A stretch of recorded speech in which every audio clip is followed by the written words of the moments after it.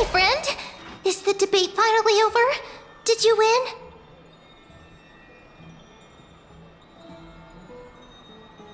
Oh, that means victory is around the corner. Well, moving on. I was hard at work even while you were at the debate.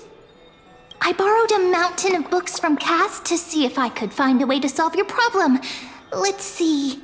I still have only 32 books to go.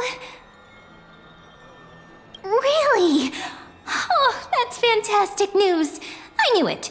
Hard work always pays off. Especially if you're as diligent as Ma'am. I feel like a huge burden has finally been lifted off my shoulders. Why are my eyelids so heavy all of a sudden? Oh, you're right. Then I'll go back to...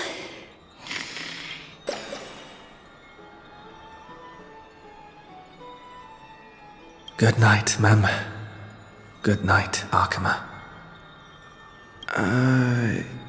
It is nighttime now, right?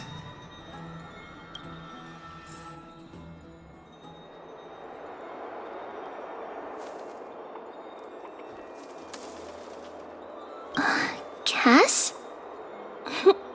What a surprise. Lady Treeby. Is something troubling you? I just wanted to speak to Lady Trian for a bit before I set off. No matter how breathtakingly beautiful Styxia once was, the place is now the domain of the departed. There is no telling what we'll encounter there. I don't want to have any regrets. Has anyone told you that your eyes are sparkling today? Is that a figure of speech? In the past, when you did smile once in a while, all of us could see that your heart remained troubled even as you smiled. Lady Treeby, you know perfectly well that see you tomorrow is nothing but a white lie. I hope your toughness is not a mask hiding a lonely heart. Cass, you hardly ever talked of your past. None of us knows what you went through, apart from Maggie. But we know it must have been filled with pain and hardships, as it is the fate every Chrysosaur is destined to live out. We are just happy for you that the core flame you're meant to inherit has finally surfaced. Isn't it a little too soon to say that? But you already know where tomorrow is, don't you? There's no need to rely on anyone else. Just give it your all and leave no regrets. We have always believed that your embrace is just as warm as everyone else's. Because we embrace others to comfort them. And Cass, you're the kindest Chrysosaur we know. Thank you, Lady Treeby. This feeling... it's hard to put into words. I suddenly found myself with so many wishes. So much I want to accomplish before setting off. Then go do it, Cass. Trian was actually working on a surprise gift for you. It's a pity she didn't get to finish it. But now Trinan and I are working on it, and we'll make sure to give it to you. So, let's meet back here when you return from Styxia. Safe travels. See you tomorrow!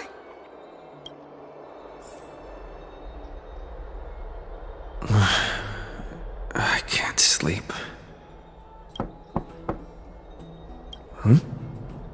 Who could it be? I hope I didn't wake you. Huh? No. I'm here. here because of private matters, actually. If it isn't too much to ask, I'd really like it if you could come along with me to retrieve something. Aren't you going to ask me what it is? It isn't a long way from here. Shall we? I want to vote! Tell me how I can vote! Take your ceramic shard engraved with the Kefali rune, select the Council of Elders in your heart, and pray silently until the shard registers your choice. Then toss it into the Dolium. The Council of Elders? More like the Council of Buffoons! The Black Tide took my hometown long ago! Who are they kidding with bringing back Eracrycia? It's all a sham to create their own Eracrycia in Akama! The Titans are just.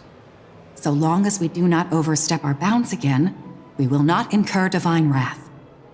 Oh, please. The time when these deranged Titans should have vacated their spot to the demigods is long overdue. You'll see soon enough, you old fogey. And I pray that Talanton smacks some sense into you with their scales. We shall see how this turns out. That was quite a spectacle. I suppose peaceful is technically correct if no actual violence happened. To this day, I still find it almost unreal that Akama is the only place illuminated by light amidst the crumbling ruins of Amphorius. And its people are even holding votes to reconcile differing opinions. This peaceful sight is making me forget that this is the end times.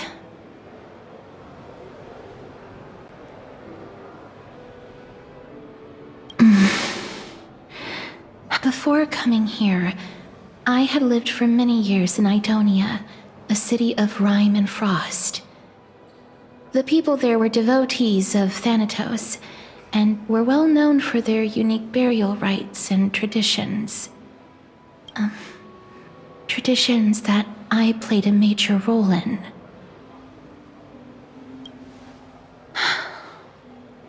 Yes. You now know me as the Mortician of Akama. But back in those days, I was Idonia's Maiden of War. I was trudging across the frosty plains on my own when the Idonians found me. They saw the curse in me as a blessing from Thanatos, and believed that my hands could correct the Eracrycia's mistake and lead them to meet the great god of death. They provided me shelter, but in return, I was expected to grant merciful deaths to war captives, prisoners bound for execution, and heroes alike. Yes. No matter how kind or cruel the means, nothing can change the essence of death. Taking away someone's life is never worthy of religious worship.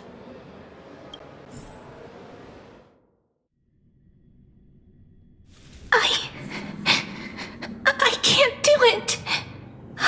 Their voices, they pierce my ears. The pleading, the thanks. I know that feeling, child. I was once as lost as you are now.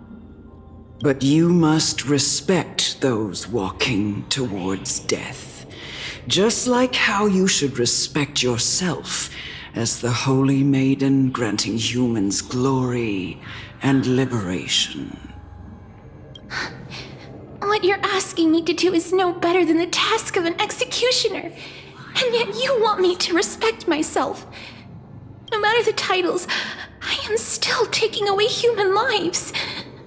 This won't be the first time that Edonia's fanatical nether warriors have faced death. On the contrary, recruits new to the battlefield often run away from their first fight. Death is the mightiest and gravest power in this world. The fact that you can wield it means you are deserving of respect. That's such a twisted reason. Then let me tell you a story. In Idonia, the great swords commonly used by executioners are called Draconian, in memory of Drakon, an elderly executioner. The sword has 3 air holes along its body. If the sword is swung down swiftly and accurately, the holes would make no sound, and the executed would also depart this world quickly and painlessly. But should the executioner have any hesitation, the holes would produce a piercing whistle. On that cue, the screams of the executed are sure to follow. Every executioner after Drakon is to hone their sword skills every day in preparation of future executions. Every swing of their blade must be more resolute than the last, for failing to do so will bring pain. Pain for the dying, as well as pain for themselves. No. I can never get used to this. You misunderstand, child. I am not telling you to get used to it.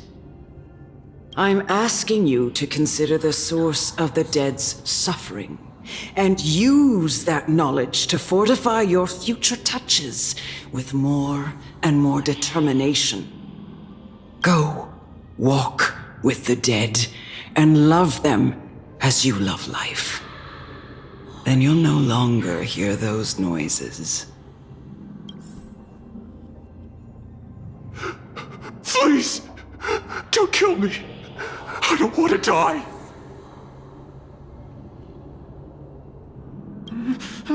No!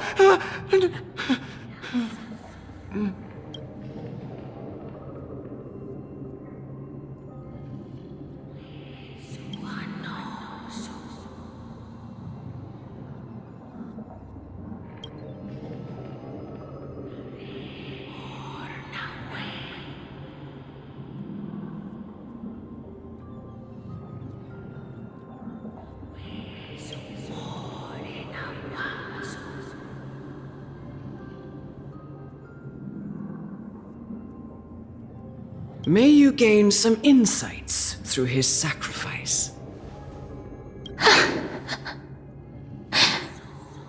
Is this all? No. Come with me. This is just the beginning of your life as the Maiden of War. What are you trying to do with me? I have aged. The time has come for me to heed the summons of Thanatos and journey to their domain. The final resting place of every Idonian. You're not that old yet. You still have many, many years ahead of you. No. I'm already dead. For I have come to fear my declining health and impending death. Ah, CASTORICE. Will you give me one last chance to charge towards fear and prove that I am no coward? I can't take this anymore! Child, it was I who brought you here from the frosty plains and set your farcical fate in motion. It was also I, Chief Executioner of Idonia, who forced the heavy duty of executing others onto you. I've always known that you have doubts and even anger about my faith and about me. I never had a choice. Indeed. We essentially abducted you. Yet you can end any sinful life with just a touch of your fingers. Shouldn't it be easy for you to escape from here? I'll never do that. It doesn't matter how lightly the Idonians take death, or how readily they accept it. I simply can't do it. I knew I was right about you. What do you mean? I've taught you and cared for you as my own daughter all this time because of this blessing that's been with you since your birth. I know no one else in the world would understand the weight of life and death more than you do. In the eyes of an Idonian, death is the end of all life, a destination we will all eventually reach. Humans should not resist it, but learn how to face it. You can only live your life to the fullest after understanding this principle. And when you do, even if you eventually leave Idonia's protection, even if you must carry the curse forever, you can live with your head held high, like everyone else. No! How can I? Come now. It's time. I've already taught you all that I know. Show me that you are a fitting holy maiden, or at least that you possess the resolve to become one. This was the last time I followed her command. I gently touched the elderly woman before me. The executioner, who had seen too much death, died the same way as everyone else. A gasp for air, a wistful look in her eyes, and a barely perceptible tremor in her fingertips. Elder Amunet, the person who tried to teach me about death, ultimately vanished like dew in the morning mist. She spent her life embodying the beliefs of the Idonians, and when death finally came, she embraced it exactly as their doctrine had taught. I have nothing but respect for her. I erected a cenotaph in her honor in the marshes outside Idonia's city walls with the others I had laid to rest. Then, I set out once more in search of Thanatos. It was a long, long journey. I heard so many discussions about death along the way. Life finds meaning in death. The world improves because there is an end. It seems the most terrible darkness in this world. Everyone talks about its heavy weight. Some resist it, some worship it, and some even revere it. How did a disappeared titan become the deepest fear of humankind? And why do they haunt my dreams? I continued my travels to seek an answer. Initially, I was running away. Then, I started searching for it. And now, at the end, I just want to know if my touch, if my embrace, can do more than taking things away. Can I make anything? Can I leave anything behind? I don't want to die. Please, I fucking you just let me go. I don't want to die, please. I don't want mercy like this. Just let me go. I need him. I don't.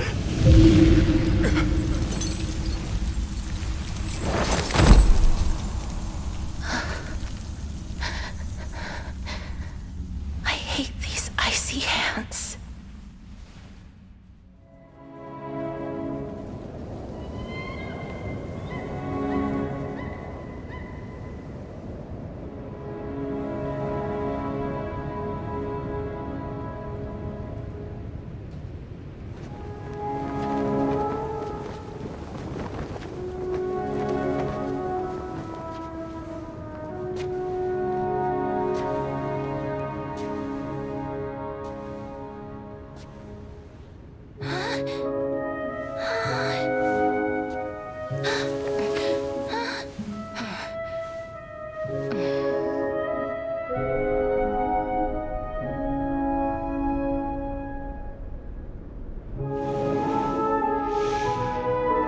Get it over with. End its suffering.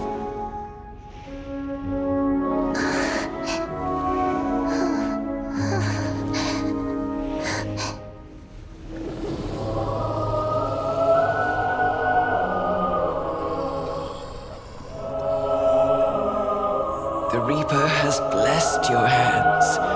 Only you can grant them peace.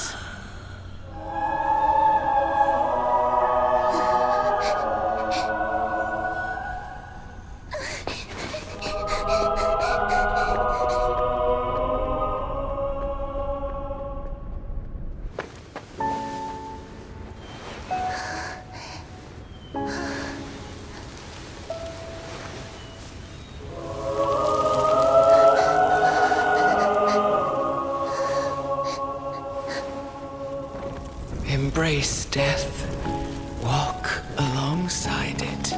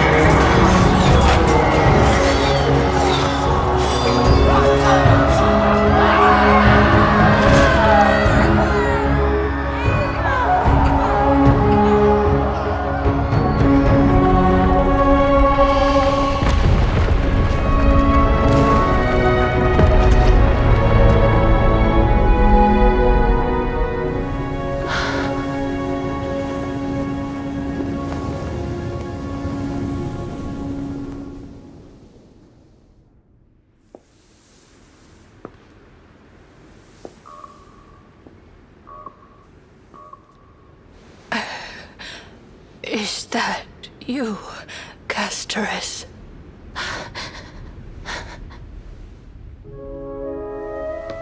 All of them have gone, heeding death's summon, crossing into their domain. I must go too. I don't fear it, just I regrets. Watching people leave this world again and again, it must be lonely for you. You must want to desperately embrace them before they go. I can't. These hands, they're too cold.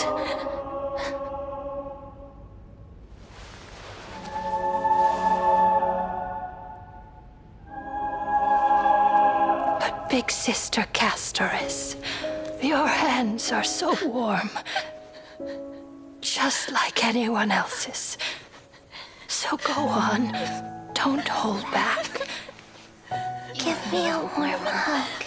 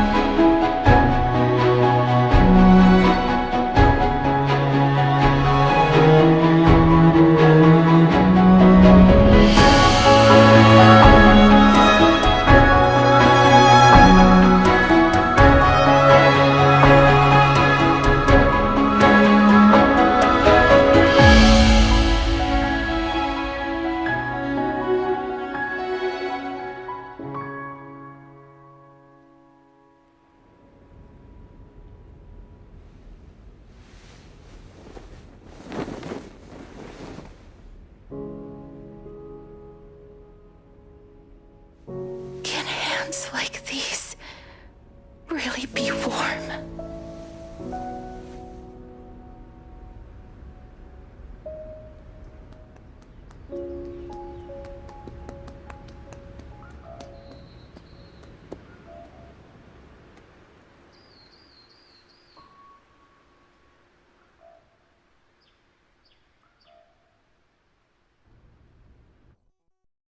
On the day that Oryx's trial ended, you must have had many questions.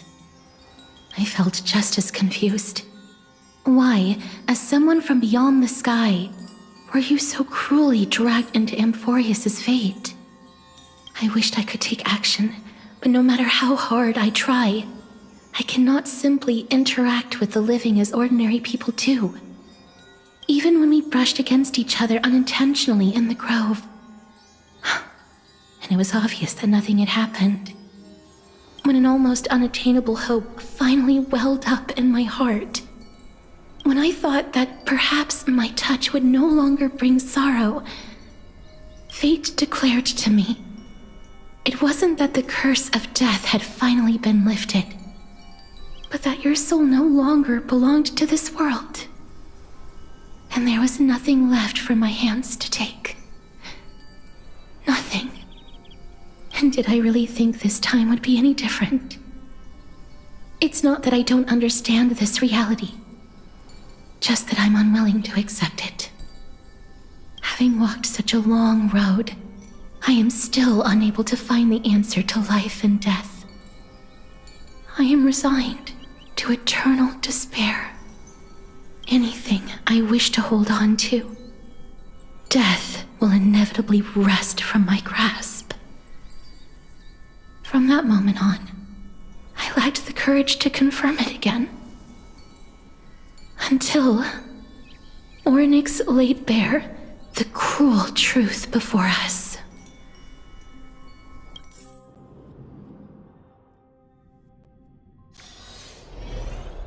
But now, perhaps I might have one last chance. Long ago, Trinan read a prophecy to me. At the end of the sea of flowers, the souls of the living shall warm thy fingertips, and after an embrace, there shall be eternal separation.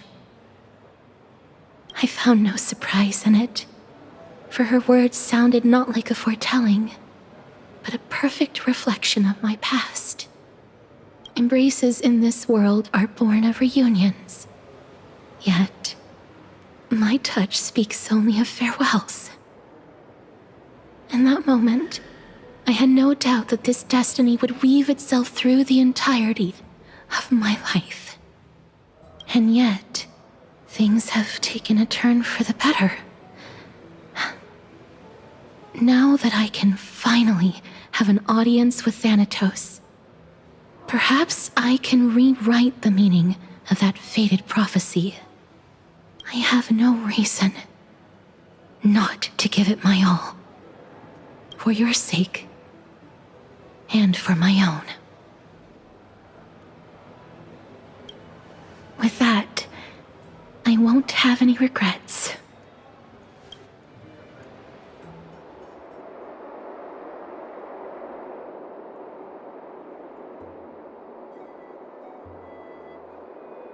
Let's put that aside for the moment. We've arrived. I want to retrieve a small gift I specially prepared for you. I made it myself, like the trinket I gave Lady Trianne. I want to leave something for everyone, if possible. The journey to seek an audience with the Death Titan cannot be an easy one. I want to make full use of every moment I have before we depart, so that I don't have any regrets. Then, perhaps you can have a look at it first. You don't have to take it if you don't like it. Look, it's right there. Huh? Where did it go? What's going on?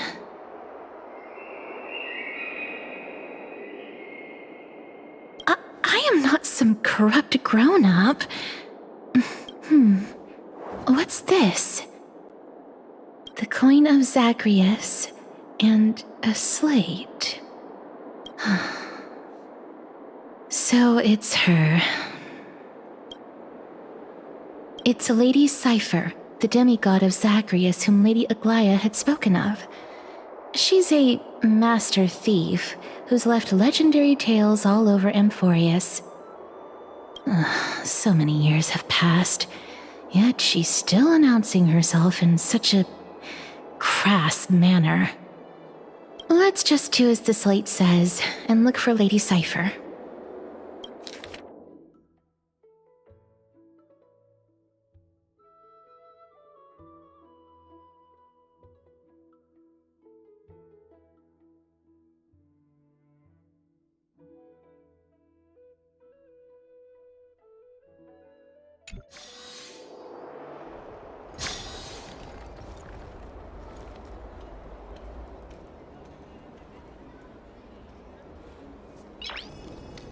This is a trick she left for us.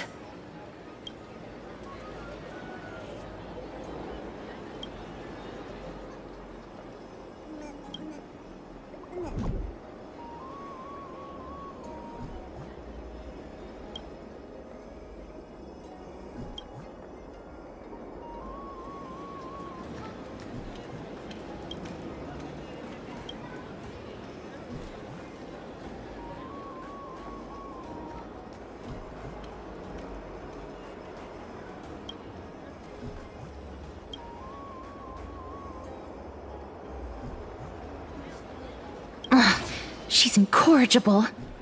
Follow me.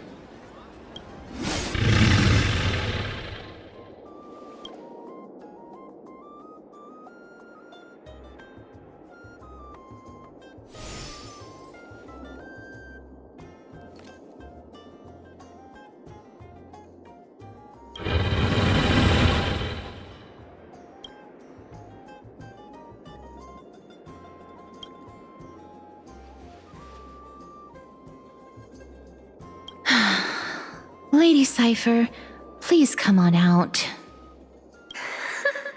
You're still careless as ever. Shouldn't you keep such a precious gift near your bosom? Since you know it's a gift for someone else, please give it back to me. Stop hiding among the people and letting the wind carry your voice. Now, since I know it's a gift, that just means I need to milk its worth.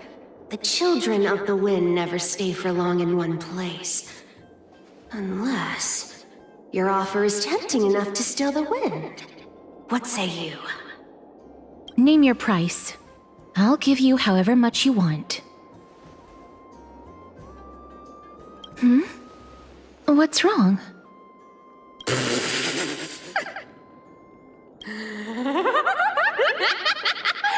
wonder they call you Princess Homebody. Why don't you two come over to my place? It'll make a better venue for proper business discussions. You can find where I live through the winds I've sown. Right. Piece of cake. I can do that even if I can only sense your soul. Alright, I'll see you there. Oh, by the way, everyone cool with me collecting a deposit before we reach an agreement, right? Now, come this way. Where did my dew of divine blood go? She's incorrigible. Follow me.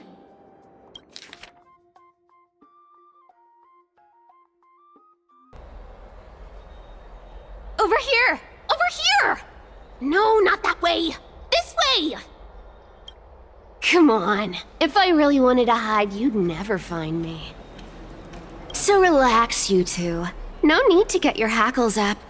I'm not that scary, am I? Meow.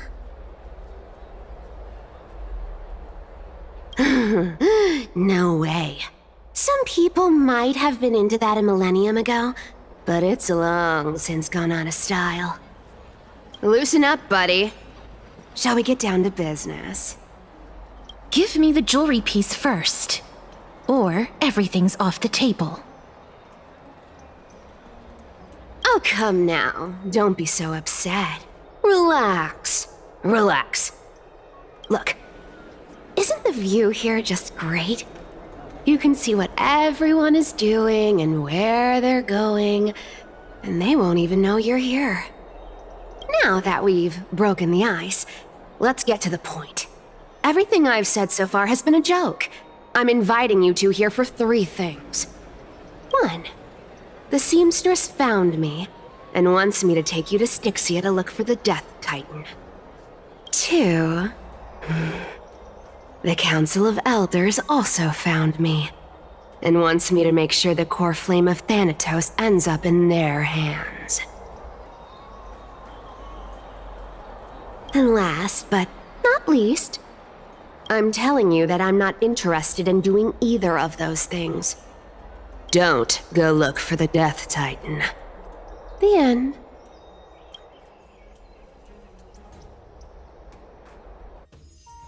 Whoa, this is some high-quality stuff.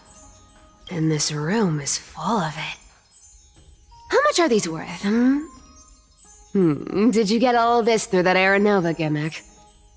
Some of it is family fortune, while the rest came from my business as a dressmaster. Don't liken the flame chase work to your shady dealings.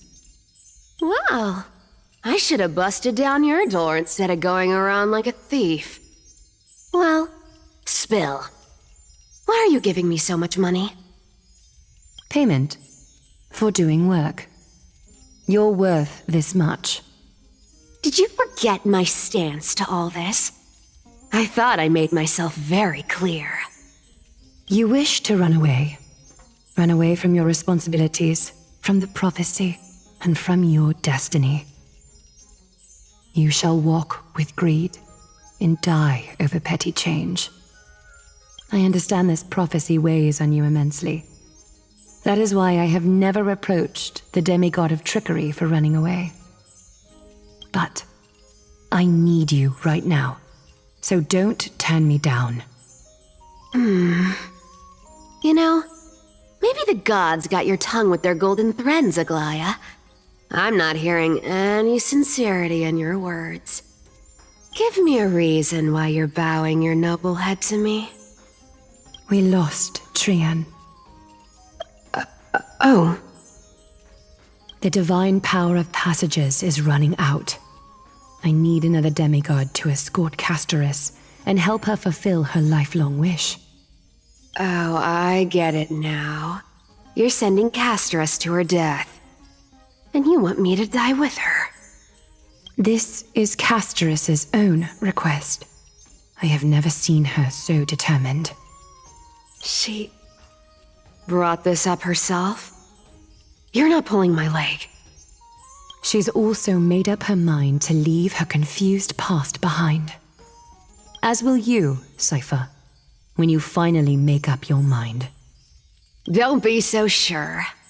Time is hard in the likes of you and I. But Castorice remains pure as driven snow. She can always turn back before the end, you know? Maybe she'll remember Trian's sacrifice. Maybe she'll remember the countless martyred Chrysos heirs. Maybe she'll remember you, with your one foot in the grave. I ain't as optimistic as you about what she'll want to do. Tell you what. Why don't I take this room of treasures as a security deposit, and we make a bet? Go on. I bet she'll change her mind and turn back. Now, if I lose, I'll do what you want me to do. Return this deposit to you, plus giving you another room full of treasures. How does that sound? You sound like you have all the confidence in the world. In that case, let's make a pact with those conditions. I hope you're prepared to lose it all. In conclusion, I want to win. So I hope you two can give up on going to Styxia. I'll give all the treasures in that room to you. And you can split it between yourselves however you want. What do you think? Tempting, right?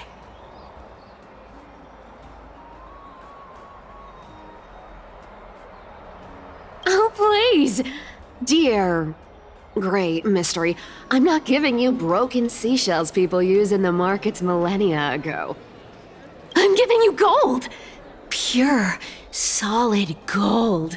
It's a hard currency. You know what that means, right? It's not about the value of the reward. If we don't find the Death Titan, his soul will... Oh?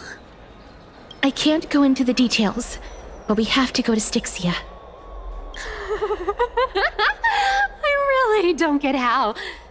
Princess, homebuddy, you keep talking about needing to find Thanatos, about getting rid of your curse, and you don't care about anything else.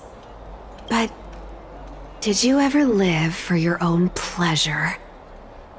Even for just one day? What are you trying to say? I'm saying, contrary to your beliefs, Aglaia didn't take you in just so you can die for her Aranova. The flame chase journey walks hand in hand with sacrifices. Isn't that why you're always running away from Lady Aglaia? Fine. Never mind. We all have our own problems. I ain't gonna say anything anymore. It's not like I was gonna honor that bet anyway. But listen to me. Styxia is no tourist destination. Sure, the treasures buried in there are 10, no, 50 times richer than Aglaia's vault. Yet, I've never been there. And I never plan to. Because even a demigod can't be sure they can walk out of that place alive. And now I'm supposed to escort you to Styxia. Sure. Pay up.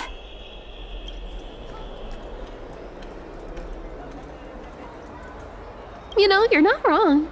At least it's part of my responsibilities. I don't like this. However, I have lived a longer life than most people. Though I'm not as good at doing business as Lady Aglaia, I still have some savings. I can give them all to you. Then how are you going to live the rest of your life? Then I'll give you 90. No, 80%. Well, don't mind if I do. 80% of Castorice's savings and a bottle of dew of divine blood. Not a bad trade.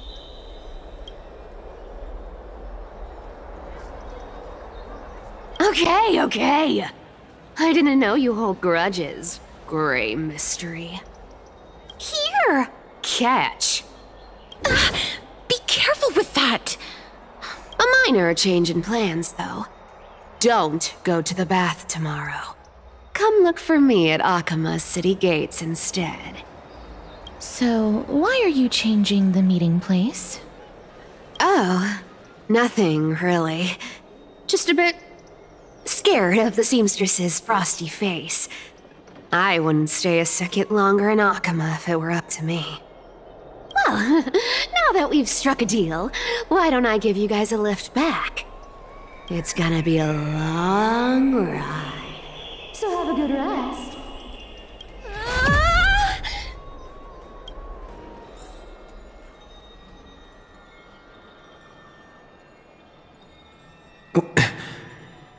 Where am I? Is this my room? How did I get back here? This is a coin? It was Cypher? Had she even tucked me in? Never mind. It's getting late. I'd better get going.